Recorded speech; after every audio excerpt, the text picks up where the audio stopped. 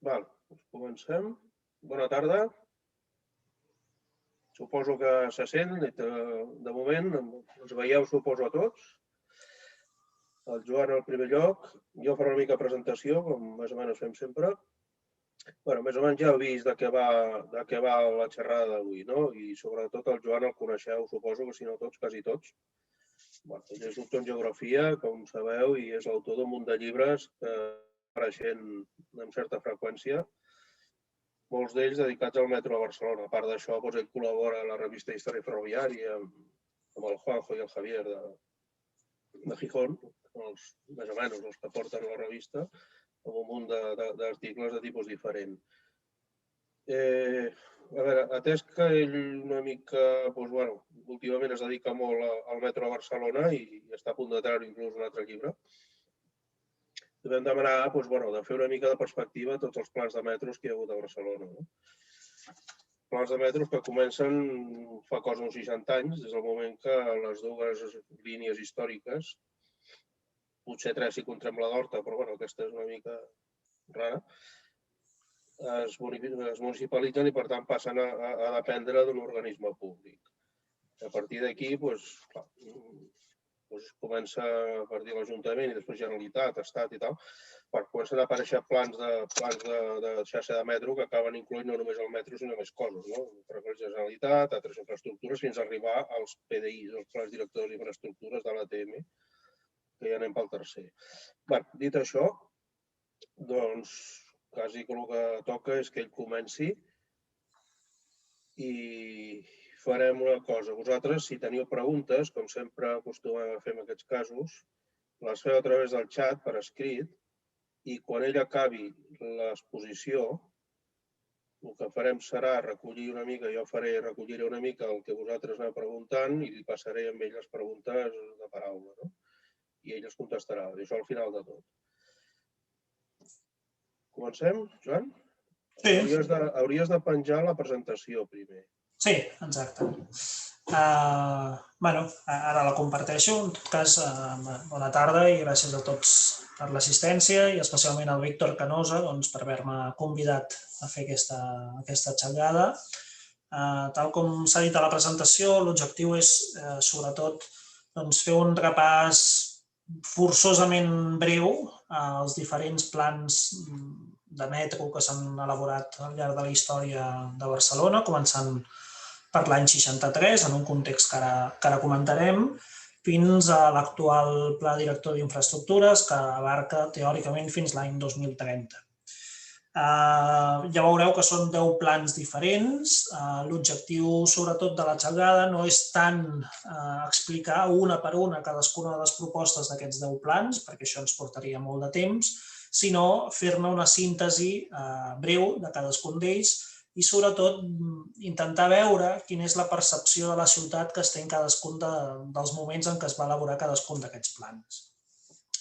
Per fer-ho, he preparat una presentació que ara passo a compartir amb tots vosaltres. Si de cas, Víctor, ara em pots confirmar que es veu bé. I el que faré serà, seguint bàsicament un ordre cronològic, anar explicant els diferents plans que al llarg de la història s'han elaborat per la ciutat. Sí, això es veu bé, almenys jo la veig bé. Doncs comencem. Sí. Bé, el Víctor ja ho ha explicat una mica en aquesta breu presentació. Hem de tenir en compte, abans d'explicar cadascun dels plans, que, com era norma general al nostre país, a Catalunya, a Espanya, la construcció i l'explotació de línies ferroviàries era tradicionalment fruit de la iniciativa privada. El sistema que es va establir a Espanya era que l'Estat concedia per un determinat període de temps concret, 60 anys, en el cas dels tramvies, 99, etc., el temps que fos, la concessió per la construcció i l'explotació de línies ferroviàries a mans d'empreses privades. I, per tant, aquestes empreses, aquests primers concessionaris, bàsicament el que buscaven era, lògicament, la rendibilitat econòmica de les seves inversions. El capital, sovint, es fraccionava en diferents accions que queien en mans de particulars, de capitalistes, de grups bancaris que lògicament el que buscaven era la rendibilitat econòmica de les seves inversions. Això passa en el conjunt de la xarxa, ja sigui tramviària, ja sigui ferroviària o ja sigui dins dels trens, aquestes línies de més caràcter urbà com pot ser el metro. I veurem que l'origen de la xarxa a la ciutat és a mans de dues companyies que fins que no es municipalitzen tenen un caràcter privat, malgrat que en una d'elles el principal accionista ja és des de bastant a l'inici de la seva història el propi Ajuntament de Barcelona. Ara ho comentarem breument.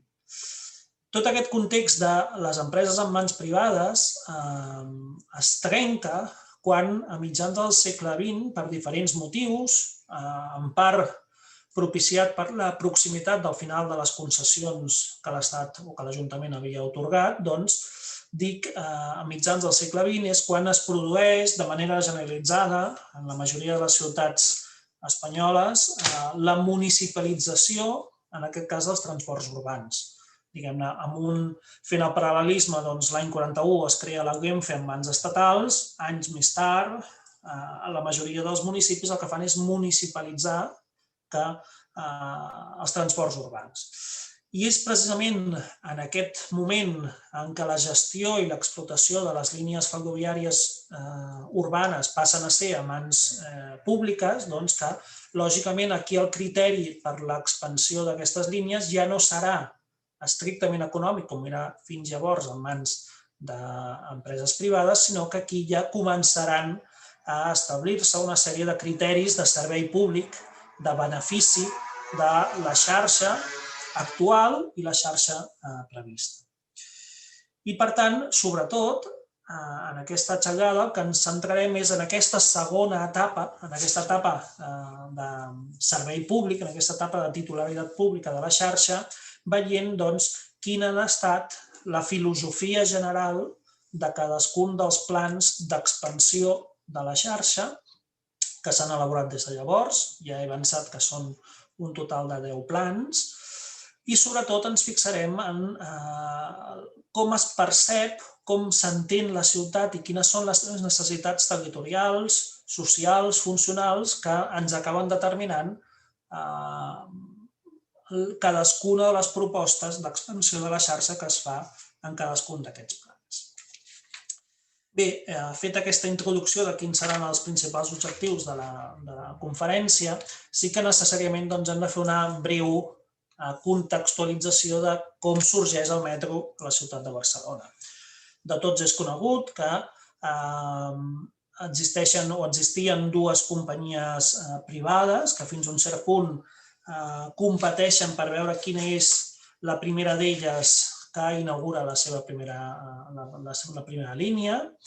Cronològicament, la primera que ho aconsegueix és la del Gran Metropolitano de Barcelona, que inaugura la primera secció de la seva línia seguint una alineació mar-muntanya entre la plaça de Lesseps i la plaça Catalunya, que inaugura la seva primera secció, com diem, el penúltim dia de l'any 1924, tot i que, en realitat, el projecte és força més antic, data del 1907. Com diem, l'any 24 s'inaugura la primera secció entre la plaça Catalunya i la plaça Lesseps.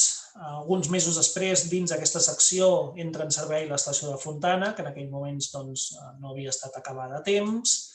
I posteriorment, com aquesta xarxa es prolonga en direcció cap al mar, l'any 25 inaugurant una primera secció entre la plaça Catalunya i el Liceu, i com fruit de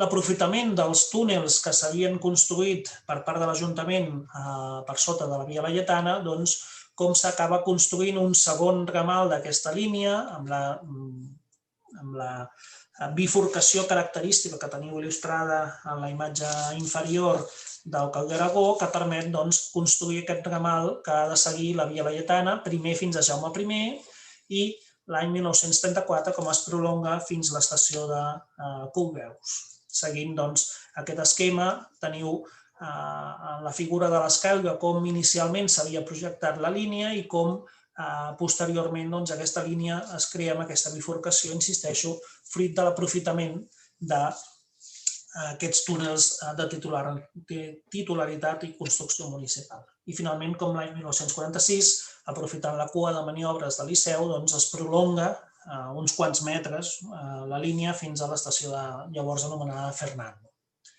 Bé, la segona línia del metro de Barcelona, sota aquesta lògica de la titularitat privada, és la que impulsa la Societat Metropolitana o Transversal de Barcelona, que, a diferència de l'anterior, no segueix un eix mar-muntanya, sinó que segueix un eix, per dir-ho així, Llobregat-Besòs, que es projecta l'any 1912, té una curiositat interessant, que és que es projecta inicialment com una línia d'enllaç entre els diferents traçats ferroviaris de la ciutat, i això és el que explica que des dels seus inicis tingui un ample de via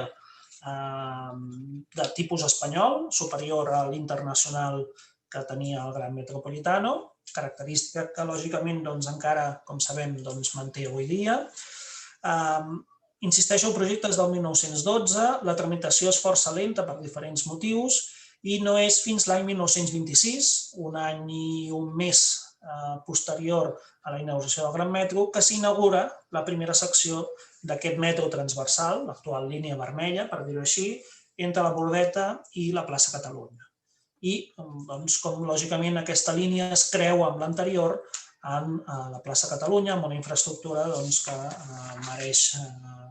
mereixeria per si sola una conferència, com és el pont que existeix sobre la línia del Gran Metro. Aquesta línia, aquesta companyia, té una gran expansió, en part propiciat perquè des de bastant al principi entra l'Ajuntament en l'accionaritat de la companyia i gràcies a aquesta injecció de capital i també al gran volum de viatgers que transporta, es va prolongant l'any 32 fins a l'Arc de Triomf, amb una operació conjunta amb la Companyia del Nord que permet la construcció d'un túnel compartit entre el metro i el ferrocarril i també, per l'altra banda, s'allarga fins a Santa Eulàlia, l'Hospitalet, i com un any més tard arriba fins a l'estació de Marina i ja en els anys 50 es va prolongant en direcció al Besòs, a la part nord-est de la ciutat, primer arribant al Clot, a Navas, a la Sagrera i finalment l'any 54 a Fabra i Puig. Igualment, aquesta mateixa companyia, la del Transversal, té l'interès de comunicar tota la zona de la Sagrera i la Meridiana amb una zona d'expansió de la ciutat com és el barri de Vilapicina i finalment arribar a Horta.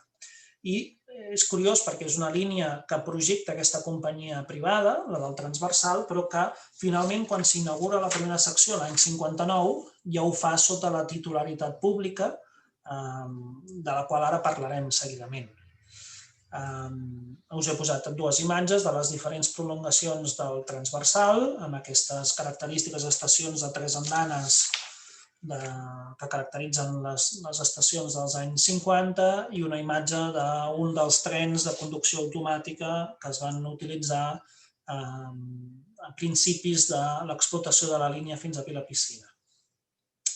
Bé, per tant, arribem a finals dels anys 50, mitjans dels anys 50, amb un esquema d'aquest tipus, una xarxa formada bàsicament per aquestes dues línies, la del Transversal i la del Gran Metro, el Gran Metro amb aquesta bifurcació característica Aragó. A mà dreta teniu també dibuixat aquesta altra línia entre la Sagrera i Horta i a més, en aquest cas només fins a Vilapicina, i a més també hi ha representada la xarxa urbana de Ferrocarrils de Catalunya amb la seva línia cap a Salvià, que té la seva prolongació cap a la zona del Vallès i ja està aquí també inaugurada la línia que segueix el carrer Balmes fins a l'avinguda Tibidabo. Bé, aquesta és la xarxa, com dic, existent a la ciutat a finals dels anys 50 i és la xarxa que existeix en el moment en què la titularitat d'aquestes línies, si més no pel que fa al metro, passa a mans municipals. Expliquem una mica aquest procés de municipalització perquè, insisteixo, és el que després determinarà el fet que els plans d'expansió de la xarxa siguin ja de titularitat pública i municipal. L'origen de la municipalització, molts autors coincideixen a afirmar que té el seu motiu l'any 51, quan es produeix l'anomenada vaga de tramvies, que en realitat tots sabem que no va ser una vaga pròpia dels tramviaris, sinó que va ser, diguem-ne, un moviment veïnal, popular, en contra de la pujada de les tarifes que va propiciar que els ciutadans de Barcelona en aquell moment decidissin no agafar els tramvies precisament per protestar contra el seu alt cost.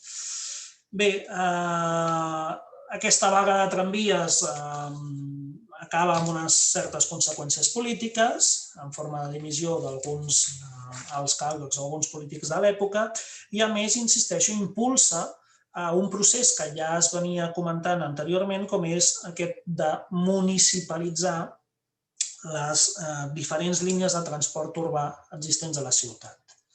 L'any 1952, l'Ajuntament aprova un plan de municipalització de los transportes que preveu bàsicament municipalitzar en primer terme tots els transports subterranis, excepte la línia del tren de Sarrià, en mans de Ferrocarrils de Catalunya, i que posteriorment també preveu, en una següent fase, municipalitzar tots els transports de superfície, en aquell moment tramvies, autobusos i troleibusos, però que es deixa, insisteixo, per a una segona fase per la complexitat pròpia de la xarxa.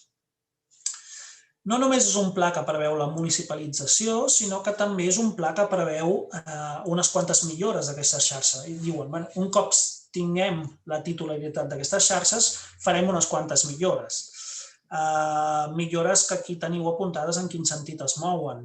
Ja es preveien reduir la xarxa de tramvies en benefici de l'ampliació de la xarxa d'autobusos, mantenir la xarxa de troleibusos que ja llavors existia, i el que aquí sobretot ens interessa és la creació d'una xarxa de metros. I això és un concepte que als diferents plans veurem que insisteixen bastant. Inicialment es considera que el que hi ha a Barcelona no és una xarxa, sinó que són un conjunt de 3 línies més o menys independents. És veritat que amb algunes estacions de connexió, però que no constitueixen una xarxa. I, per tant, en aquest document de l'any 52 ja es parla de que, en realitat, les 3 línies en explotació por su falta de emplazamiento y falta de conexión no constituyen una verdadera red. I veurem que, insisteixo, el primer pla i el segon, l'any 63 i l'any 66, posen molt d'èmfasi en la constitució, en la construcció d'aquesta xarxa. Seguint amb la municipalització, un dels objectius és que el metro ha de tenir l'expansió i la importància que la ciutat requereix i que, alhora, construir aquesta xarxa ha de permetre aquest objectiu clar de substituir o de suprimir part de la xarxa de tramvies i, concretament, es posa l'èmfasi en que si es construeix allò que aquesta pròpia memòria de l'any 52 ja preveu, la construcció d'aquestes xarxes de metro ha de permetre eliminar els tramvies que circulaven per vies tan principals en aquell moment, i també ara, com són la Rambla, Calder Palai, Fontanella, les Rondes, el Passeig de Gràcia, Gran de Gràcia i fins i tot, diu, tal vez, en les calles de Aribau y Montaner, juntamente con el ramal que las enlaza por los paseos de Bonanova y Sant Gervasi y la avenida de República Argentina. I, per tant, els criteris en la construcció d'aquesta xarxa, ara en veurem un esquema, eren, en primer lloc, establecer líneas más o menos radiales o diametrales complementadas por otras periféricas que en conjunto forman como una cintura. I, a més, deia que también tiene que haber líneas que predominen en las 2 direcciones perpendiculares de las calles y, además, aprovechando algunas líneas diagonales. Ja veurem que es preveien alguna cosa que ara ens sembla molt lògica i que en part el tramvia ha de solucionar, que és un tramvia que segueixi, una línia de metro que segueixi més o menys el traçat de la diagonal, aprofitant la meridiana, el paral·lel i la pròpia diagonal per establir aquestes línies de caràcter diagonal. Un segon objectiu d'aquesta memòria de l'any 52, que preveia la municipalització, és que no només s'han d'atendre la urbanització, el conjunt de la ciutat ja existent en aquell moment, sinó que fins i tot ha d'estimular en les direccions més convenients els nous creixements de la ciutat des del punt de vista urbanístic. Que és una idea interessant que alguns altres plans després ja descarten, però com aquest paper urbanitzador que el metro pot tenir.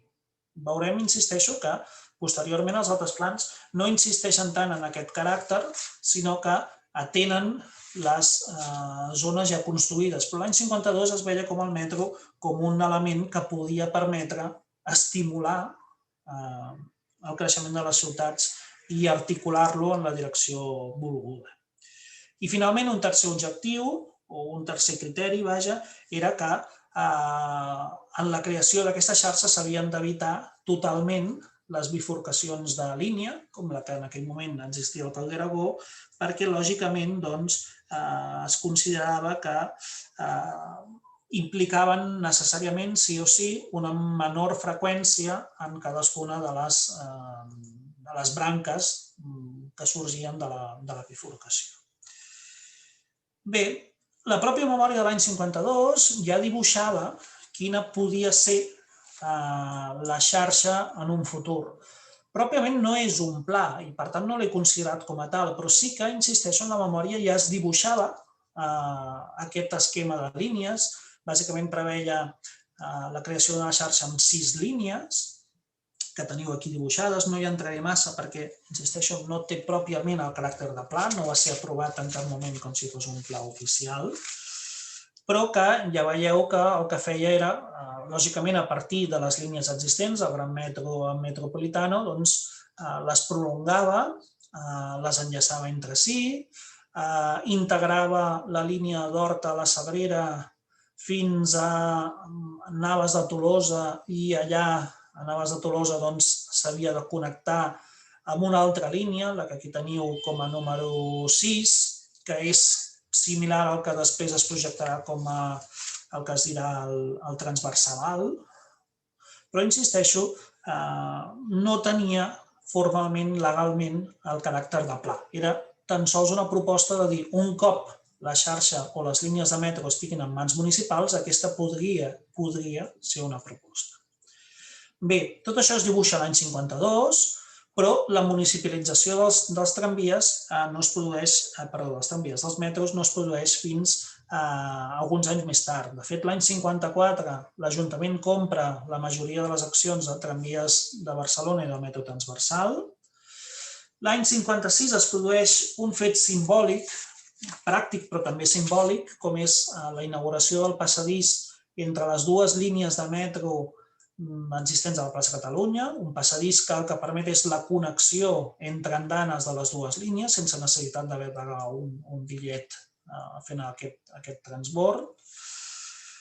Un fet molt important és que l'any 57 s'aprova la Ley de Ordenación del Transporte de Barcelona, que entre altres coses establia una disposició molt important i que marcarà el futur de la xarxa, que és que s'hi estableix que serà l'Estat espanyol qui pagarà les inversions per construir les noves infraestructures del metro a la ciutat de Barcelona, de la mateixa manera que ja es feia a la ciutat de Madrid, i que seria l'Ajuntament qui es faria càrrec de la superestructura. Però insisteixo, l'important és que, segons aquesta llei, serà l'Estat qui construirà, qui serà l'encarregat de construir la nova xarxa de metro un cop ja estigui municipalitzada.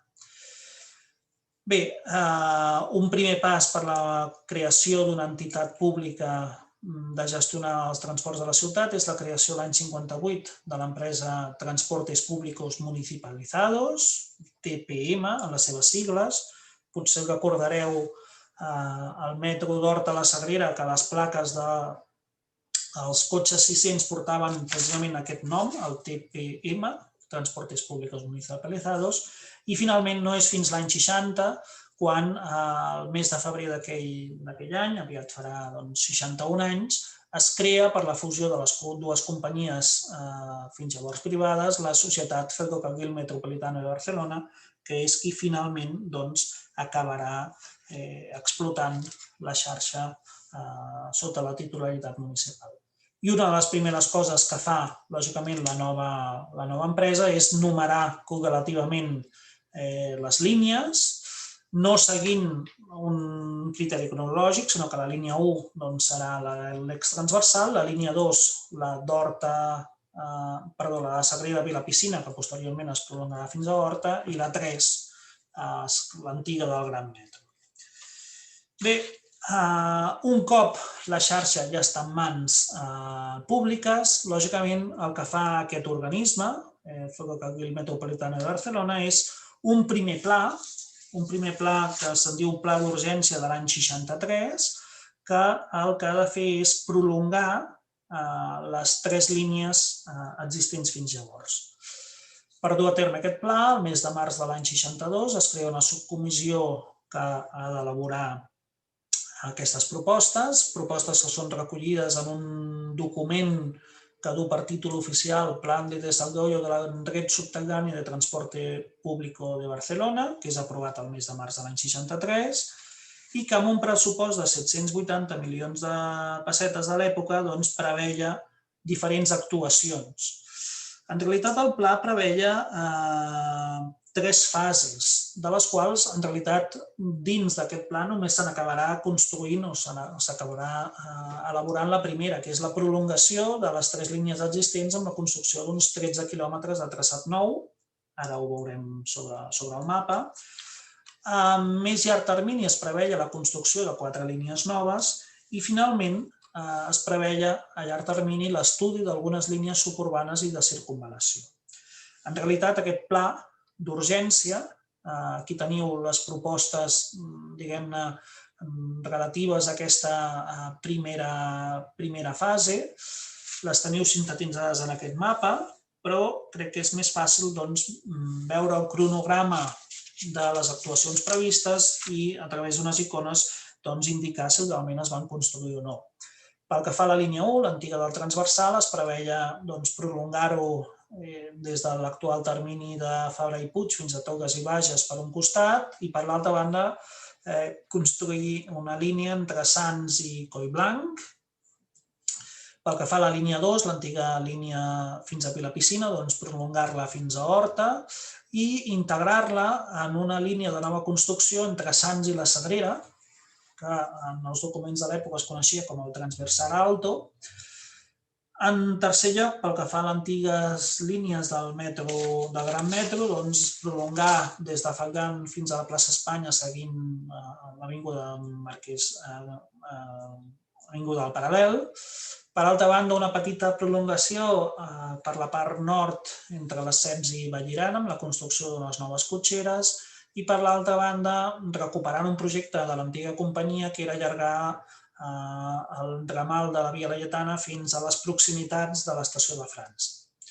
I, finalment, per donar aquest caràcter de xarxa a aquestes 3 línies, establir l'enllaç directe entre les dues estacions existents a la plaça d'Urquinaona, a semblança del que ja s'havia fet l'any 56 amb el passadís a la plaça Catalunya.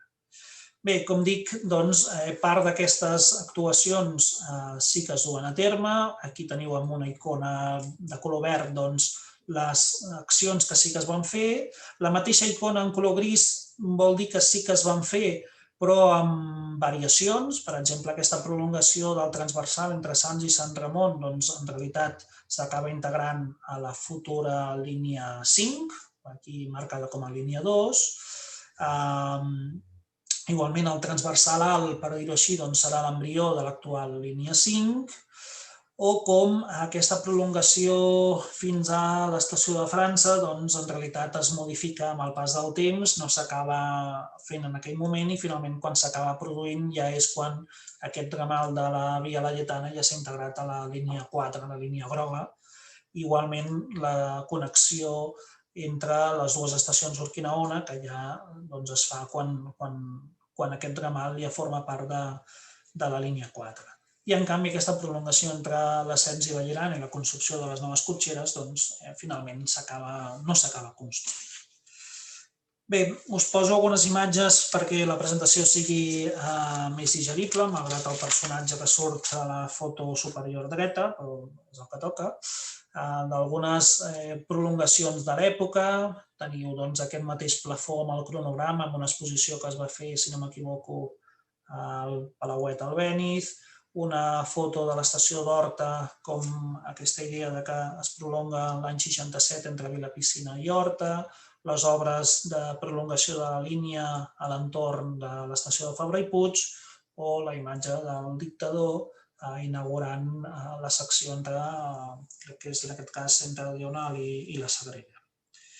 Bé, aquest primer pla de l'any 63, ja veieu que eren operacions, tal com diu el propi títol, operacions d'urgència, i no és fins 3 anys més tard quan aquestes operacions d'urgència són elevades a un pla, el primer pla seriós que es fa de metro, l'any 63, a partir de les propostes d'una ponència formada per 3 membres, entre els quals destaca la presència de Salvador Montagut, que és l'enginyer en cap de la 7ª Jefatura Regional de Transportes del Ministeri d'Obres Públiques, i si destaco la presència de Montagut en aquesta comissió és perquè veurem que les dues següents propostes de metro, i avanço de l'any 71 i l'any 74, també estaven presidides per aquest senyor Montagut, i veurem, i ho destaco perquè, curiosament, en 8 anys les propostes canvien bastant. Per tant, era president d'una comissió que fa la sensació una mica que anava canviant de criteri cada 5 anys perquè cada proposta de pla, com veurem, és força diferent que l'anterior, almenys en aquest cas. Bé, aquest pla de l'any 66 està inclòs en el Segundo Plan de Desarrollo Económico y Social de la dictadura franquista. S'aprova l'any 66, es presenta l'any 66, tot i que no s'aprova oficialment fins l'any següent. Té un pressupost elevat, de 4.300 milions de pessetes, i era força ambiciós, ja que preveia la construcció de 48 quilòmetres nous de túnel, per tant que l'any 78, al cap de 10-12 anys, la xarxa de metro tingués o assolís la longitud de 85 quilòmetres i 121 estacions. Xifres realment importants i que en realitat no s'acabaran assolint fins 30 o gairebé 40 anys més tard. Però ja podeu veure quina era l'ambició d'aquest pla de l'any 66. Ambició que es resumeix en aquesta pròpia frase extreta del propi pla. Podríamos decir que la red de metros ha de constituir la gran arteria circulatorias de la ciudad y los transportes de superficie, las venas de distribución o aportación de viajeros de o al metro. És a dir, es preveu vehicular tota la mobilitat interna de la ciutat a través del metro i com el transport de superfície ha de ser les vies capil·lars, les vies de distribució d'aquest flux cap al centre de la ciutat. I això és especialment important de destacar d'aquest pla de metros. Us ho he posat en el títol, aquest segon pla de metros, aquest de l'any 66, realment el que mirava era el centre de la ciutat. Es preveia descongestionar el centre de la ciutat. I us ho he volgut simbolitzar amb aquestes icones de l'Eixample de Barcelona per clarament mostrar que aquí, a diferència del que passarà anys més tard, el que realment preocupava era allò que passava al centre de la ciutat. I aquestes preocupacions es veuen molt ben definides en aquests petits flaixos de textos que us he marcat aquí. Quines eren les directrius d'aquest pla? Doncs, en primer lloc, insistir en aquesta idea de la creació d'una xarxa de metros. Passem de parlar de línies de metros a una veritable xarxa de metros i, a més, tal com diu el propi document, se ha substituït l'antic concepte de metro com a negoci, heretat de la gestió privada, per l'actual del metro com a servei. Aquí ja es veu la voluntat de no només buscar una rentabilitat econòmica de la inversió i del servei, sinó donar un servei públic que no necessàriament primi el criteri econòmic. Bé, com deia, un segon directriu és que aquesta xarxa de metros prevista l'any 66 ha de solucionar sobretot els problemes de congestió de trànsit del centre de ciutat. De momento, diu, las zonas periféricas pueden ser atendidas perfectamente con transportes colectivos de superficie reforzados. Per tant, veurem que les propostes que es fan, insisteixo, és solucionar o estan dirigides a solucionar la congestió del centre de la ciutat. I, de fet, és una característica d'aquest pla que només es parla del terme municipal de Barcelona, es parla de la zona urbana actual de Barcelona sense fixar-nos massa què passa en els municipis perifèrics. I en aquest sentit, gràcies a aquesta voluntat de voler descongestionar la ciutat, ja l'any 66 es fa una proposta que considero bastant avançada per l'època, que és aquesta voluntat que la gent deixi el seu vehicle privat a la perifèria de la ciutat, amb la construcció d'uns grans aparcaments dissuasoris, i de fet utilitza el terme park and ride, que és un tema que fa anys hi estem molt acostumats, però que l'any 66 vull pensar que era bastant innovador, de manera que la gent s'apropi a la ciutat amb vehicle privat i que un cop arribat al continu urbà utilitzi el metro per fer aquest desplaçament cap al centre de la ciutat. Un altre caràcter que m'agrada destacar d'aquest pla és aquesta voluntat, si més no explícita, després veurem si es compleix o no, d'atendre tota la zona urbana de la ciutat sense excloure cap classe social, una idea, diguem-ne, que podríem considerar bastant avançada en relació al context en què va ser formulada. Un altre criteri en la creació de la xarxa és evitar el mínim de transbordaments possibles perquè la gent es pugui desplaçar des de la perifèria cap al centre. Un sisè criteri que determinarà la xarxa, que és evitar la confluència de moltes línies de metro en un punt determinat de la ciutat, sinó que el que es vol és crear una xarxa, una malla de punts d'intercanvi en diferents zones de la ciutat, que les estacions de metro no estiguin separades per més de 700 metres de distància l'una de l'altra, que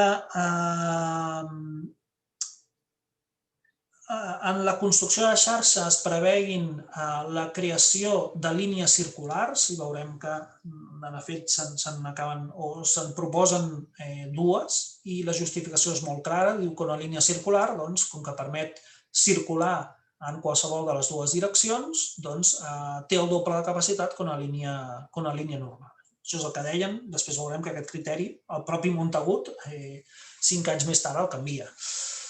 I finalment, com un novè criteri, relacionat amb aquesta idea del metro com a servei, es busca que el metro no només ofereixi un servei, sinó que aquest servei sigui de qualitat, que finalment el que s'acabi aconseguint és el traspàs de gent que abans es desplaçava en transport privat, que faci el salt a fer-ho en transport públic. Insisteixo, propostes de l'any 66 que fins a un cert punt considero bastant modernes per l'època.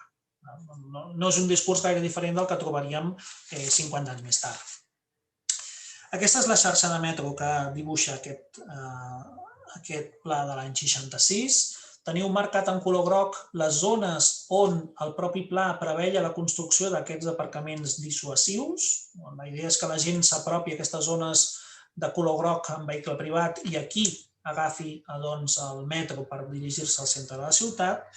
I concretament, aquest pla, si entrem més en detall, preveia la construcció de 7 línies, algunes de les quals ja construïdes, però que preveia prolongar, amb aquesta longitud que ja he comentat de 85 quilòmetres, 121 estacions, que el 90% de la població quedi atesa en un radi pròxim al seu municipi, al seu lloc de residència, un 94% del lloc de treball atesos i que la xarxa pugui portar fins a 766 milions de passatgers diaris, que són xifres que no s'assoliran fins molts anys més tard.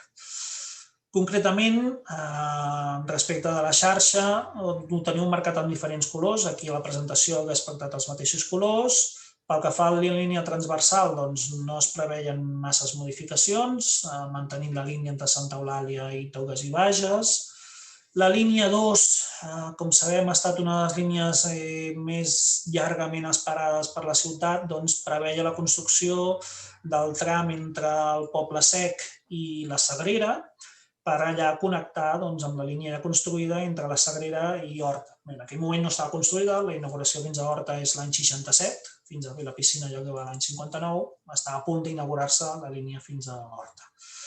I justificava la integració d'aquest tram perquè deia que d'aquesta manera els veïns d'Horta podien arribar fàcilment al centre de la ciutat sense necessitat de fer cap transbord. Quan es parla del centre de la ciutat es pensa molt sovint en la plaça Catalunya. Veurem que amb el pas dels anys aquesta idea s'acaba trastocant i com, malgrat que els plans insistien que la línia de la Sagrera Horta s'acabaria integrant o havia de formar part de la línia 2, hi ha un determinat moment del temps en què es canvia de criteri, es decideix que s'integri de manera provisional a la línia 5, provisionalitat que sabem que amb el pas del temps ha esdevingut definitiva. La tercera línia, pel que fa a aquest pla, és aprofitar part del Gran Metro per construir una primera línia circular per l'Eixample Esquerda. Tal com diu aquí, diu, esta línea debe permitir el acceso a las grandes instalaciones futbolísticas de la ciudad, suposo camp del Barça i antic camp de l'Espanyol, y evitará en gran parte por su doble capacidad el trastorno que tales acontecimientos ocasionan a la circulación urbana, aquesta idea repetida de que les línies circulars, com que s'hi pot circular en qualsevol dels dos sentits, té la doble capacitat que una de normal. Bé. Primera línia circular, una segona línia circular, aprofitant el ramal de la Via Laietana, del Gran Metro, com s'integra en una línia circular per la dreta de l'Eixample i que arriba fins gairebé als barris de Besòs, Verneda, per tornar a girar cap a Maragall, Travessera de Gràcia i tornar al Calder Aragó. Una cinquena línia de nova construcció entre Pobilla Cases i la Verneda, seguint en part aquest traçat que us comentava parcialment de la Diagonal, si més no entre les estacions de Diagonal i Glòries, i com es considera que és una línia molt important perquè ha de permetre enllaçar entre si les estacions que, segons el Plan d'Enlaces Ferroviarios del Ministeri d'Obres Públiques, seran les estacions centrals de la ciutat, és a dir, Sants i la Sagrera. Alguna cosa que avui dia encara ens fa una mica de riure pensar que ja l'any 66 es preveia que la Sagrera seria l'estació central, cosa que sabem que no passarà fins 60 anys més tard d'haver elaborat aquest pla. I finalment, una sisena línia de nova construcció entre zona universitària i el barri del Besòs. I una setena entre la Bonanova i el Mercat de Sant Antoni, seguint en bona part el Calder Urgell, i que en aquell moment es deia que es podria allargar fins a Jaume I, si fos el cas, pel sud i cap a Montbau i la Guineueta per la seva banda nord. Bé, fem un salt en el temps. Aquestes propostes de l'any 66, algunes es posen en marxa. S'arriba a l'any 71, amb algunes d'aquestes propostes ja en construcció, però l'any 71 el context de la ciutat ha canviat.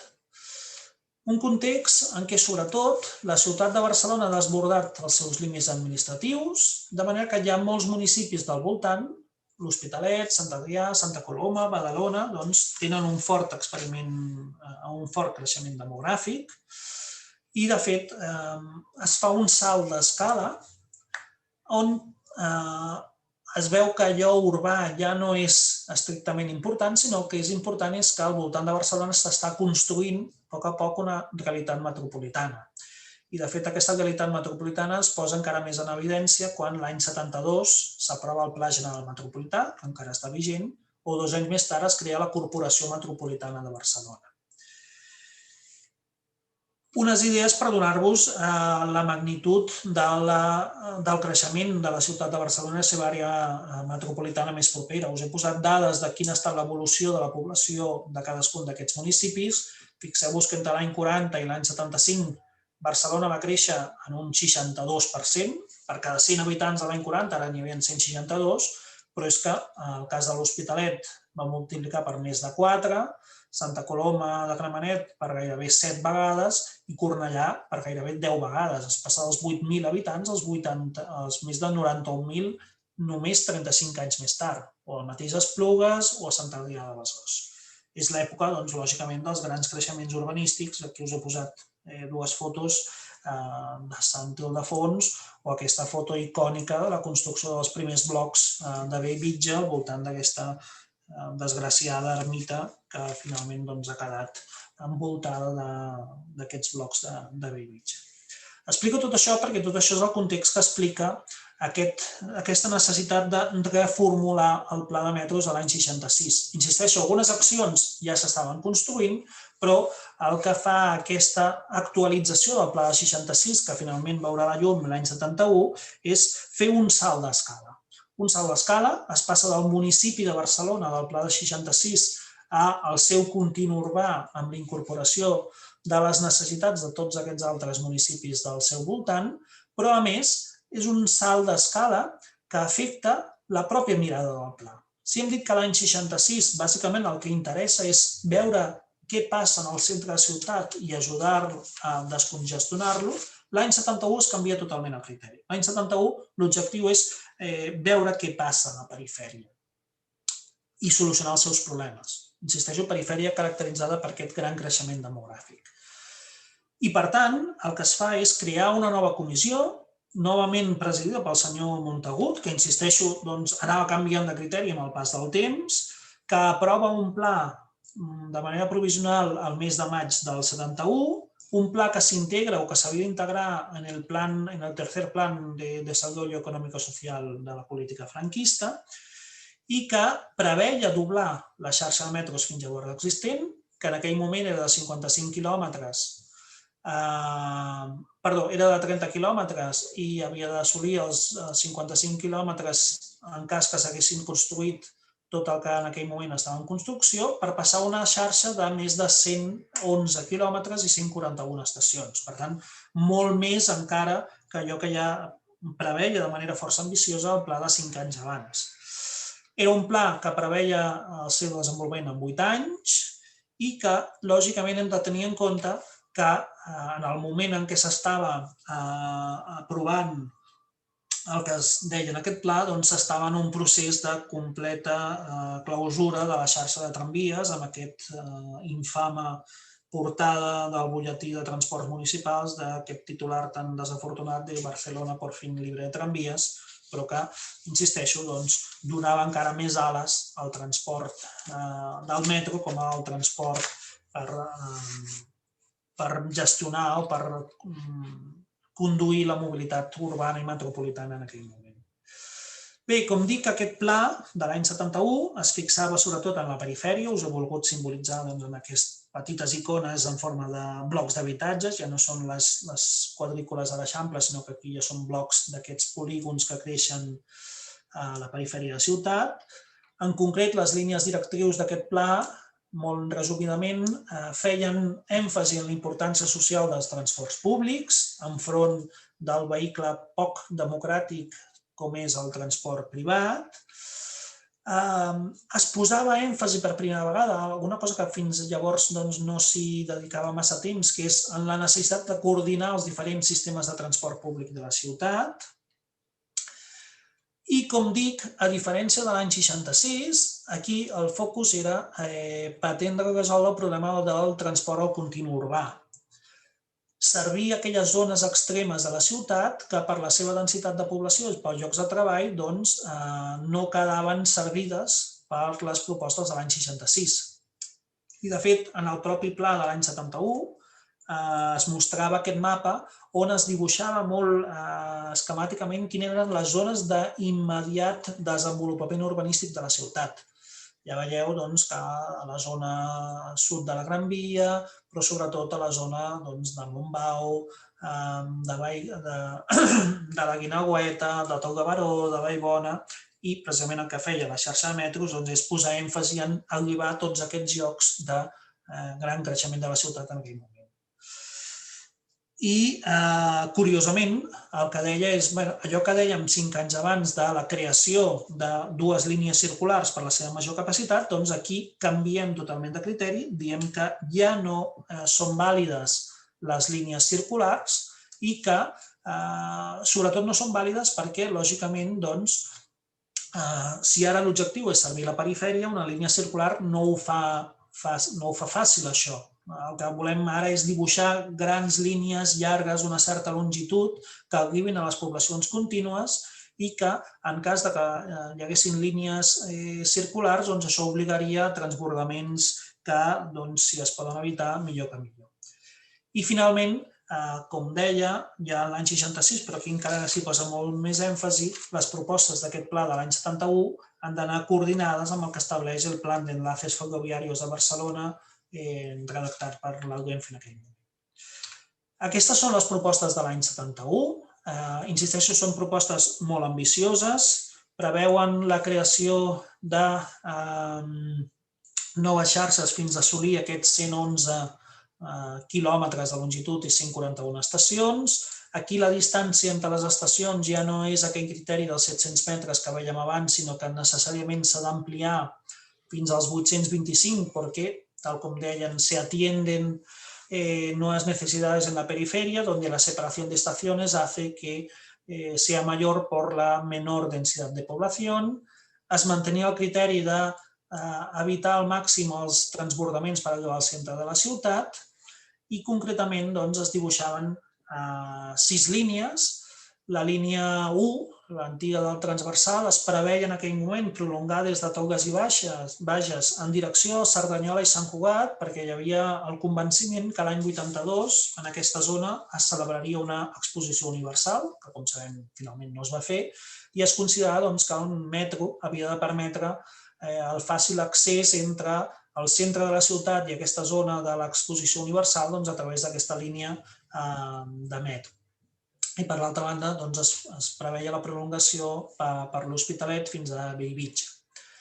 La línia 2 es prolongava des d'Hort en direcció al Carmel, cosa que sabem que s'ha fet molts anys més tard, i, malgrat que el plànol dibuixava que aquesta línia entre Hort i la Sagrera s'havia de continuar mantenint a la línia 2, com es preveia ja en el pla de l'any 66, es decideix que de manera provisional s'integri a la línia 5, que en aquell moment ja estava gairebé operativa entre Sants, Diagonal i la Sagrera, amb motiu dels problemes que havia tingut la construcció del tram central de la línia 2. Però, insisteixo, era una solució provisional que amb el pas del temps s'ha acabat esdevenint definitiva. La línia 3, l'antiga línia del Gran Metro, perd el seu brancal de Via Laietana i es preveu prolongar-lo de les CEPs cap a la Vall d'Hebron i de la zona universitària cap a Esplugues i Sant Just Desvern. La línia 4, la línia groga, que aquí es dibuixava de color vermell, es prolongava des de Maragall fins a Guineueta i per l'altre extrem des de la Selva de Mar en direcció al Besòs. I, finalment, la línia 5 es prolongava des de Pobilla Cases cap a Sant Ildefons, a Cornellà, i per l'altre extrem des de la Sagrada Família cap a la Sagrera i Badalona, i es preveia per primera vegada creuar el riu Besòs. I, finalment, la línia 6, aquesta que teniu amb aquest color morat, des de la zona franca, anar a buscar el camp del Barça, la travessera de les Corts, la plaça Francesc Macià, la travessera de Gràcia, Diagonal, plaça de les Glòries, i d'allà cap a Sant Adrià de Besòs i Santa Coloma de Gramenet. I, curiosament, com a fet curiós, deia que part del traçat, sobretot de la zona franca i l'aeroport, es podia construir mitjançant un invent que en aquell moment es preveia implementar a molts llocs i que en realitat no es va acabar implementant enlloc, que era el tren vertebrat ideat pel senyor Goicoechea. Bé, algunes de les obres previstes en el pla de l'any 71 finalment es materialitzen. Aquí us he posat la inauguració de l'estació de Guinardó de la línia 4, la prolongació fins a la zona universitària o els trams centrals de l'actual línia 5, però el fet cert és que s'arriba l'any 74, 3 anys més tard, i bona part de les subhastes que havien de permetre la construcció d'aquestes línies, finalment, per diferents motius, no s'han dut a terme. Cosa que acaba motivant que l'any 74 s'elabori una actualització del pla de metros de tan sols 3 anys més tard i, novament, amb una comissió presidida pel senyor Montagut, es fa una actualització de les previsions del metro de l'any 71. I es fa, sobretot, amb un component que fins ara no s'havia tingut en compte, com és la que fa referència al medi ambient. Penseu que l'any 72 es fan públics els resultats de l'informe Meadows, aquell informe titulat Més enllà dels límits del creixement, promogut pel Club de Roma. Estem a les portes de la crisi econòmica del petroli i, per tant, el pla de l'any 74, per primer cop, té en compte criteris, diguem-ne, ecològics, de desenvolupament sostenible. Si fa referència per primera vegada al benefici que el metro pot generar en relació a la reducció d'emissió de gasos contaminants, de consum energètic, etc., cosa que, insisteixo, fins ara les consideracions no anaven en aquest sentit. Bé, els treballs d'aquesta nova comissió s'acaben donant lloc a un nou pla de l'any 74, tot i que no es presenta fins al mes de gener de l'any 75 a l'Ajuntament de Barcelona. Us he posat aquí dues fotografies del senyor Montagut explicant el propi pla. I és un pla que el que fa és modificar de manera substancial la xarxa prevista, sobretot en els municipis del nord-est de Barcelona, en relació sobretot als municipis de Badalona, Santa Coloma i Sant Adrià del Besòs, porque diu que la evolución de aquella zona en los últimos 3 años y los problemas sociales que la insatisfecha demanda de transportes plantea, constantemente reflejada en la prensa, etc. I en segon lloc, perquè aquella idea de fer l'exposició universal de l'any 82 a la zona de Cerdanyola i Sant Cugat es veu que ja no es farà i el que es fa és reconfigurar la xarxa en tot aquell sector nord-est de la ciutat. La proposta la teniu aquí, us he posat per una banda la proposta de l'any 74 en el mapa gros i en comparació el que es preveia només 3 anys abans. I fixeu-vos que bàsicament les diferències són sobretot en aquesta zona nord-est de la ciutat, en el sentit que el que ara es preveu és la línia 3, prolongar-la des de Montbau cap a la via Favència i Ciutat Meridiana, mentre que abans aquesta zona de la ciutat havia d'estar servida per la prolongació de la línia 1. En contraposició, la línia 1 ja no es preveu cap a Ciutat Meridiana, sinó que es preveu prolongar en direcció a Santa Coloma de Gramenet. I paral·lelament es modifica el traçat de l'antiga línia 4, que ara ha de creuar el riu Besòs per arribar a la zona del Cingarlín a Santa Coloma de Gramenet i com també es modifiquen els traçats finals de les línies 5 i 6, en aquest cas, per servir d'una millor manera a tota la zona de Badalona, des de Montigalà fins al barri del Pomar. Insisteixo, teniu la comparació amb el que s'havia previst 3 anys abans. Bé, això és pel que fa a l'any 74. El següent pla de metros no és fins l'any 84, 10 anys més tard. Entre aquests 10 anys, part d'aquestes previsions de l'any 74 es van duent a terme, però sobretot el que aquí ens interessa és parlar de què ha passat entre l'any 74 i l'any 84 en temes de configuració de l'Estat. Lògicament estem en un context que després de l'acabament de la dictadura es produeix el traspàs de les competències en matèria de transport a les diferents comunitats autònomes i en aquest sentit l'any 78 es firma un Real Decret en què es transfereixen totes les competències sobre el metro de Barcelona a la Generalitat de Catalunya i l'any 81 un altre decret pel qual és ara la Generalitat la que assumeix el finançament de les inversions en infraestructura i subreestructura del propi metro. I com a nou element gestor de la mobilitat, a la ciutat de Barcelona, com s'organitza un nou pla que acabarà veient la llum l'any 84, un nou pla que en relació a les propostes anteriors, no sé si per la idiosincràsia catalana o què, jo he titulat de no estirem més el braç que la màniga. Ja no és un pla tan ambiciós com el que es preveia 10 o 15 anys abans, amb els plans de l'any 71 i l'any 84, sinó que són ja més operacions més concretes, més realistes, que si es vol dir d'alguna manera, on bàsicament el que es preveu és la construcció de nous trams cap a aquesta perifèria que l'any 71 i l'any 74 es preveia connectar amb el centre de la ciutat i que encara no s'havia aconseguit. És l'any d'imatges típiques del senyor Maragall i el senyor Pujol inaugurant els diferents trams, o també el senyor Selga quan era alcalde. Us he posat aquí algunes imatges. La importància d'aquest pla de l'any 84 és que, insisteixo, és un pla força realista, és un pla més que està basat per primera vegada en les dades fiables d'una enquesta oficial de mobilitat, com és l'enquesta de mobilitat obligada vinculada al padró de l'any 81,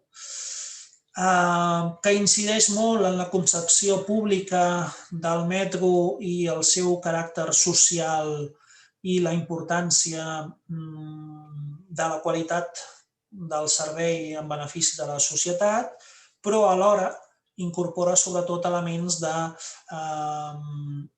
racionalització dels costos d'operació, insisteixo, una cosa molt catalana, si em permeteu la broma, on es prioritzen molt actuacions concretes.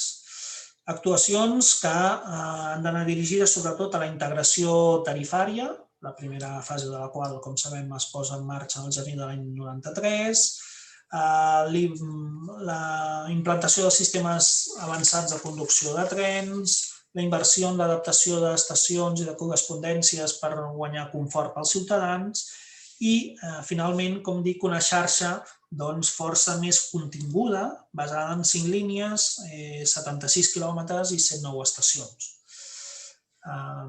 Us he posat aquí algunes imatges característiques de l'època, on sobretot el que destacarà abans de l'aprovació del següent pla és la posada en marxa finalment de la línia 2, sobretot gràcies a l'impuls de la nominació de Barcelona com a seu dels Jocs Olímpics de l'any 92 i com ja aquest pla, l'esquema del qual teniu dibuixat aquí, ja preveu de manera definitiva que aquest traçat entre la Sagrera i Horta, que de manera provisional s'havia integrat a la línia 5, doncs ja de manera definitiva formi part d'aquesta línia 5. És el primer pla que ja ho dibuixa sobre paper. No queda molt clar perquè finalment s'acaba decidint aquesta solució. El propi pla no ho explica massa. Bé, ens situem doncs a l'any 84. Les mesures d'aquest pla es construeixen en bona part degut, insisteixo, a la pròpia contenció del pla. Arribem a l'any 87, quan una llei, la 787 del Parlament de Catalunya, diu que serà la Generalitat qui, en la seva missió de planificar i ordenar el Sistema General de Transport Públic de Viatgers de Catalunya, haurà d'elaborar un pla que, per l'àmbit metropolità, gestioni de manera integrada la mobilitat d'aquest àmbit. Per tant, seguint aquella evolució geogràfica que us comentava, així com el pla de l'any 66 es centrava només en el centre de la ciutat o en el terme municipal, l'any 71 ja es feia el salt d'escala al continu urbà i a la seva perifèria, l'any 87 ja s'està posant les bases de que la qüestió del transport a la ciutat de Barcelona ja serà una qüestió metropolitana. Ja no només serà el continu urbà, sinó que ens haurem d'extendre a aquest àmbit de les 5 comarques que teniu reflectides en aquest mapa d'aquí. Per dur a terme la planificació metropolitana de la mobilitat, la Generalitat elabora un pla intermodal del transport de l'any 96, en què ja no només es parla de metro, sinó que diuen que el sistema de transport d'aquesta zona metropolitana estarà formada pel propi metro, per Ferrocarrils de la Generalitat de Catalunya, per tots els transports públics urbans de viatgers de superfície, altres mitjans de transport de viatgers que siguin competència de la Generalitat i fins i tot es diu que els serveis realitzats per Renfe també s'hi poden acabar integrant. Una fita important per dur a terme les accions d'aquest pla és la creació de l'Entitat Metropolitana del Transport i concretament aquest Pla Intermodal del Transport, que ja avanço que finalment no serà aprovat, era 5 àmbits d'actuació pel que fa als serveis de transport, al sistema tarifari, a la informació, a l'adaptació i la millora de la xarxa existent i a l'ampliació de la xarxa, on bàsicament el que es volia era, en el cas de la xarxa estatal, realitzar desdoblaments de via que encara esperem, com pot ser el desdoblament de la via fins a Vic, millorar la interconnectivitat de les xarxes i específicament pel que fa al metro, l'arribada un cop més desitjada i que encara no s'havia arribat del tot a zones perifèriques de la ciutat, com poden ser Nou Barris, la zona del Bon Pastor, Badalona, el passeig de la Zona Franca, l'entorn de la futura estació del TGV de la Sagrera o la zona del Carmel. És l'època en què hi ha una sèrie de reivindicacions ciutadanes perquè el barri arribi a zones perifèriques de la ciutat. Com dic, aquest pla de l'any 96 finalment no acaba sent aprovat per qüestions diverses, de manera que arribem a principis del segle XXI amb un pla de metros que data de l'any 84 i que se li donarà un nou impuls amb la creació d'una nova entitat com serà l'Autoritat del Transport Metropolità, l'ATM, en el que s'integren els diferents organismes públics, la Generalitat de Catalunya, l'Ajuntament de Barcelona i la pròpia Entitat Metropolitana del Transport i el propi estat espanyol i s'integra en un primer moment amb un paper d'observador. L'ATM el que ha de fer entre les seves diferents missions és planificar i programar infraestructures, planificar i coordinar serveis, definir coordinació de tarifes i, en general, la gestió de la mobilitat. I per gestionar la mobilitat, impulsa un nou pla, que a partir d'ara tindrà el nom de Pla Director d'Infraestructures, PDI, un primer pla que a 10 anys vista el que ha de fer és recollir totes les infraestructures que la regió metropolitana de Barcelona necessita amb independència de l'administració o de l'operador que exploti el servei. Fixeu-vos que aquí ja no parlem estrictament de la xarxa de metro de la ciutat de Barcelona, sinó que el que es dibuixen en aquests PDIs és totes les infraestructures que la regió metropolitana ampliada, a les 7 comarques, s'incorporen al Garraf i al Penedès, necessitaran amb independència de finalment qui acabi operant aquesta infraestructura en concret. I es dibuixen mapes d'aquest estil, mapes on aquí ja veieu que l'àmbit forçosament ha crescut des de la ciutat de Barcelona fins a l'entorn de les 7 comarques de la regió metropolitana i on, actuació per actuació, es feien propostes concretes. Jo aquí us he posat 2 exemples, ara les resumirem de 2 fitxes d'aquestes prolongacions previstes, en aquest cas del metro. La que teniu a la banda superior és la prolongació de la línia 2 entre Sant Antoni i la Zona Franca i la que teniu a la part inferior, la prolongació entre la Sagrera i la Pau prevista per la línia 4. Bé, concretament aquest primer PDI que abarca entre el període entre el 2001 i el 2010 preveu 4 tipus d'actuacions agrupades en 4 grups. D'una banda, l'ampliació de la xarxa, de l'altra, la modernització i la millora, en tercer lloc, la creació d'intercanviadors i, finalment, tota una sèrie de propostes en relació a la xarxa explotada per Renfe. Bé, d'aquestes 4 accions concretes, a nosaltres, lògicament, ens interessen les que tenen a veure amb el metro, són aquestes que comencen per AX, i novament aquí us he posat en forma d'icones aquelles que s'han executat o que s'havien executat en el termini d'aquests 10 anys, a finals de l'any 2010, en relació a les previsions. Prolongar la línia 1 entre Bellvitge i el Prat, doncs l'any 2010 no s'havia fet. Entre el Fondo i Badalona de la línia 1 doncs, estava en procés d'execució. Igualment estava en procés d'execució, que finalment doncs, no ha acabat sent, entre Sant Antoni i Parc Logístic de la línia 2, la prolongació d'aquesta mateixa línia fins a Badalona, la construcció de la línia 3 fins a la Trinitat Nova, de la línia 5 fins a la Vall d'Hebron, etc. Algunes actuacions, doncs, la creació del metro lleuger, la línia 11, inaugurada a finals del 2003, si no recordo malament, o doncs, la prolongació de la línia 2, en aquest cas fins a la zona de Badalona. Bé, arribàvem a final de la vigència del PDI, d'aquest primer PDI, i l'any 2008 el que es fa és una primera actualització d'aquest PDI. Doncs estem a punt d'arribar al període final i es veu la necessitat de realitzar una nova versió d'aquest PDI que actualitzi les accions que s'hi preveien. Aquesta primera actualització rep el nom d'abans del Pla Director d'Infraestructures 2009-2018. En realitat és un pla que finalment s'acaba substituint per un nou PDI.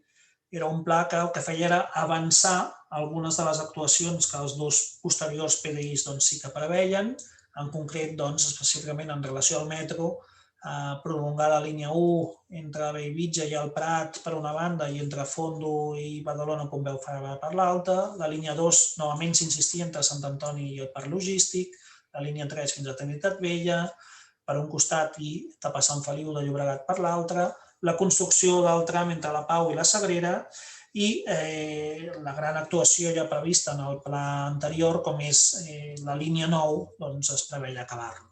Com dic, aquest pla, o aquest abans del Pla Director d'Infraestructures 2009-2018, acaba sent substituït per un pla de nova creació, aquest segon PDI que abarca el període 2011-2020, que bàsicament el que feia era un balanç de les actuacions previstes en el primer PDI i actualitzar-les tenint en compte que el que es deia és que poques o un percentatge relativament petit de les accions previstes en l'anterior pla s'havien dut a terme. I aquí teniu en aquest gràfic quin percentatge d'accions no estaven iniciades, quines estaven en construcció i quines realment estaven en servei. I, per tant, aquesta nova versió d'aquest segon PDI el que feia era actualitzar en realitat les accions previstes en el primer i en un context de crisi econòmica com la que en aquell moment estava esclatant al nostre país, prioritzar les actuacions de manera que es preveia que algunes poguessin estar acabades abans de l'any 2020, algunes poguessin haver-se començat abans d'aquestes dates, algunes altres que almenys el projecte estigués redactat abans d'aquesta data i altres que es deixaven per més endavant. Insisteixo, en un context de clara crisi econòmica. I novament el mapa de les actuacions, aquí només tenim les actuacions previstes en metro i ja veieu com clarament l'actuació prioritària en aquest cas era l'acabament de la línia 9, cosa que sabem que no s'ha pogut complir en la vigència d'aquest pla. Bé, finalment, i amb això ja acabo, l'últim PDI que està en vigor és aquest tercer PDI que abarca el període 2021-2030, els treballs del qual es van iniciar l'any 2019, a punt d'acabar l'anterior, tenint en compte novament aquest context que algunes de les accions previstes en l'anterior PDI, sobretot a causa de la crisi econòmica, no s'havien pogut executar. Aquí teniu en aquest gràfic quin és el percentatge de cadascuna de les accions del PDI anterior segons el seu estat l'any 2019 i veieu que aquestes que estan en color més vermellós són accions que no havien començat, que estan en projecte o que s'havien iniciat però sense cap mena d'activitat, etc. I novament, com aquest pla, posàvem novament molt d'èmfasi en qüestions ambientals, no en va, era és un pla que s'emmarca en els 17 objectius de desenvolupament sostenible promoguts per Nacions Unides i on, lògicament, el paper del transport públic ha de ser molt important, sobretot en la reducció d'emissió de gasos contaminants. I un altre element important d'aquest pla és el salt d'escala. Aquí ja no estem parlant de les 7 comarques de la regió metropolitana de Barcelona, sinó que s'han ampliat a la pràctica totalitat de la província de Barcelona, ja que l'àmbit és el de l'àmbit de la integració tarifària.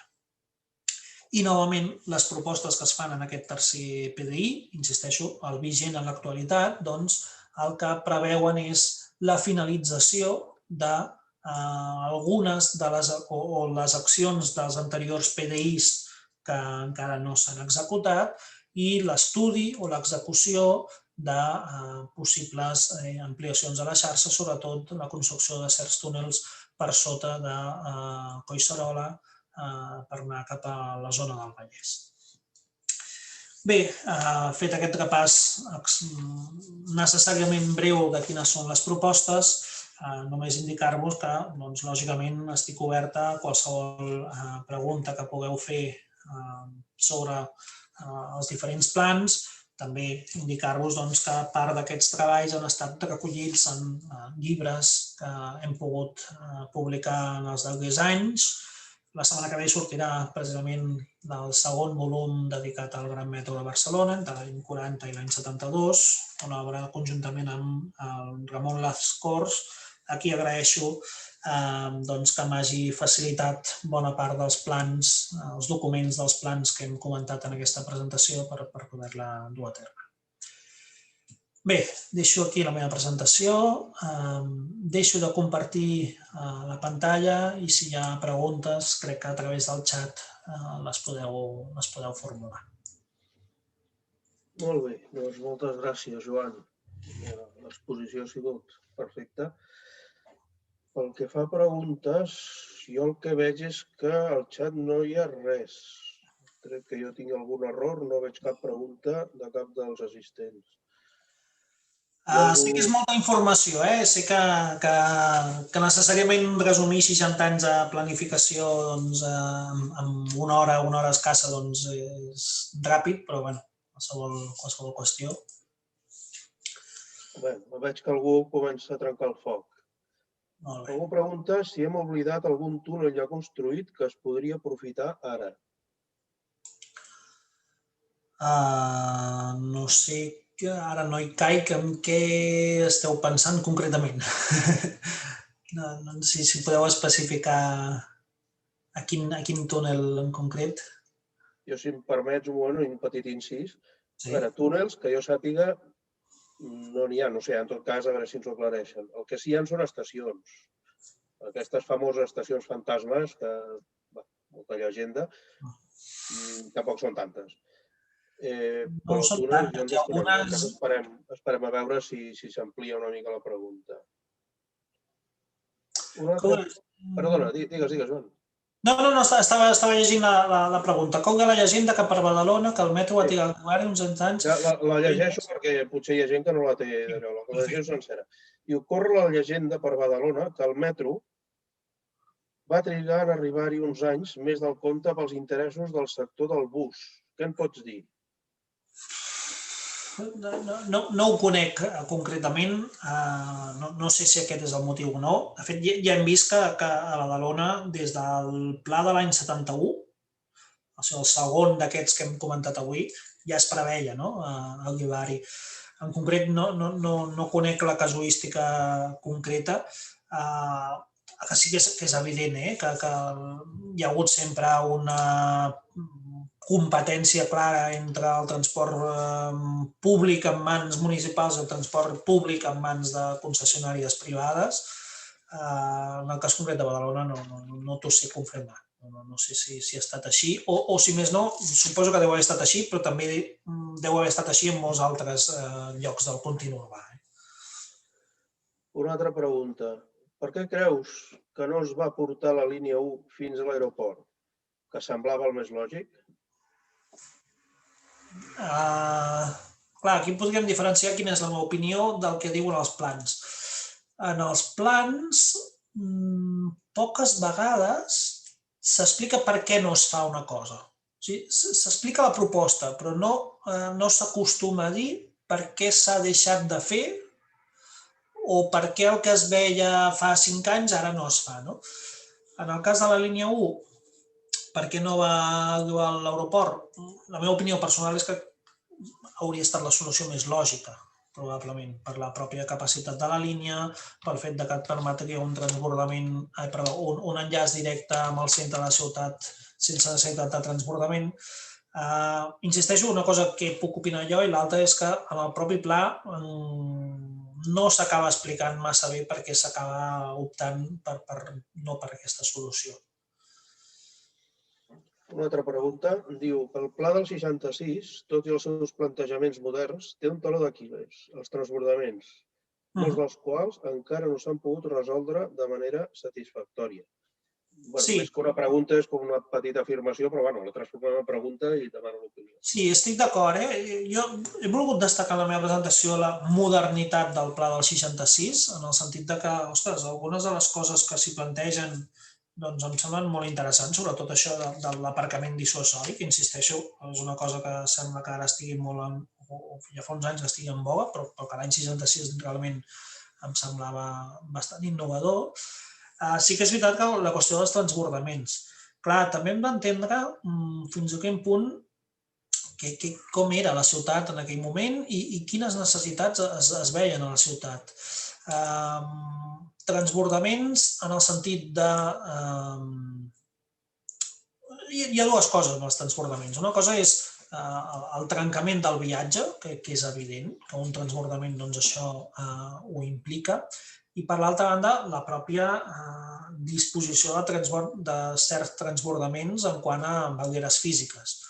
Aquest segon element obviem-lo, perquè en cap pla, fins als més moderns, no es parla d'accessibilitat física a la xarxa. Això d'estacions adaptades, etc., no comença a sortir fins al pla de l'any 84 i encara més concretament l'any 96. Sí, és cert, però en aquell moment ja hem vist que fins i tot l'any 66, a part de transbordaments, es parlava de línies circulars, no? Una cosa que podríem discutir si són bones solucions o no, però era el plantejament d'aquell moment. Jo torno a insistir en una cosa que hem comentat, i a mi em fa especialment gràcia, per dir-ho així, és el canvi de criteri d'un pla a l'altre amb escassament 9 anys. L'any 66 es diu una cosa, l'any 71 el mateix president de la comissió en diu una altra i l'any 74 en diu una altra. No? Sensació que una mica anaven canviant de criteri i sense reflexionar massa el per què el criteri havia canviat. No? Sobretot el salt entre l'any 66 i l'any 71 em sembla especialment interessant en aquest cas. Una altra pregunta, que aquesta gairebé és de bola de vidre. Diu, en quin estat es troba la línia 9 i quines previsions n'hi ha? No sé si algú m'ho sabrà dir millor. Crec que sembla que han tornat a reiniciar les obres, no?, en el seu tram central. Sí, una part. No sé si parlaven, ara ho dic de memòria, ja no ho sé, crec que no sé si parlaven de la finalització l'any 26, l'any 2026, 2027, no sé si ho estic dient massa de memòria. Algo així. És una línia que està projectada des del primer PDI, tinguem en compte que el primer PDI és això, de l'any 99-2000, teòricament, si s'hagués fet durant el primer pla, la vigència d'aquest primer pla, el 2010 hauria d'haver estat acabada. Ja portarem 15 anys d'endarreriment pel que fa al tram central de la línia. Un altre. Algú deia amb mala intenció, diu, hem passat de fer la línia més llarga del món a fer la línia més lenta del món, no?, en construcció. No hi entraré massa. Sí, més aviat, sobretot pels senyors que viuen al Prat, que tenen metro, però per arribar a Hospitalet, per dir que és el que tenen més a prop, doncs que es deuen tirar mitja hora. Seguim. Penúltima pregunta de moment. Diu, una duda sobre la unión en Sagrada Familia entre las líneas 2 y 5. Aquesta crec que ja està contestada. La pregunta fue, ¿fue planificada o fue un error aprovechado? Tu mateix ja has plantejat Va ser un cert nyap, és un nyap, no? El problema de la línia 2, de per què no s'acaba fent o per què triga tants anys, és tots els problemes que es troben sobretot a la zona vella de la ciutat, i això és el que determina que finalment la línia 5 s'acabi configurant com és ara, no? Fins a Horta i més enllà. Lo de la Sagrada Família és un petit nyap, ho hem explicat en el llibre que hem elaborat sobre l'Horta Sagrera, sobre ratllis de corba, s'hi preveu una estació d'enllaç bastant impossible i finalment doncs acaba donant la configuració actual. Sensació bastant d'improvisació i de qui ho va acabar dibuixant sobre un paper. Ja sabem que el paper admet de tot, però després, curiosament, s'acaba acceptant sense massa discussió tècnica. Següent, última de moment. Diu, encara que no sigui metro, i aquí em dono per al·ludit, em perdonareu, quina és la situació de l'extensió de FCC, Ferrocarrils de Generalitat, des de plaça Espanya fins a Provença? Un petit incís. La prolongació està prevista no fins a Provença, sinó fins a Gràcia. La possibilitat de continuar algun dia o algun segle, no se sap quan. Crec que el projecte constructiu s'estava elaborant o s'havia licitat l'elaboració del projecte i en principi tira endavant. Fins a Gràcia, però no fins a Provença. Sí, això és una cosa que des que es va tirar el primer dibuix, del qual alguna cosa tinc a veure jo, fins que es faci potser hauran passat 40 anys o res, vull dir, una glaciació quasi bé, però bueno. I de moment és l'última pregunta que hi ha. No sé, si no en poseu cap més, doncs ho deixaríem aquí. Torno a donar les gràcies al Joan per la presentació que ens ha fet. Esperem, primer que surti el llibre aquest del Gran Metro, el segon. La setmana que ve ja haurà sortit. Després, ja igual et tornem a contactar per parlar, no sé, d'alguna cosa que ens vingui al cap i que esperem que ens diguis que sí. Molt bé, moltes gràcies i fins al que ve, que tindrem una altra sessió que ja s'anunciarà concretament en el seu moment, l'últim dijous de febrer. Ja rebrà notícies. Algú diu molt interessant aquí, al final. Lo mismo digo. Vinga, gràcies i ho deixem aquí.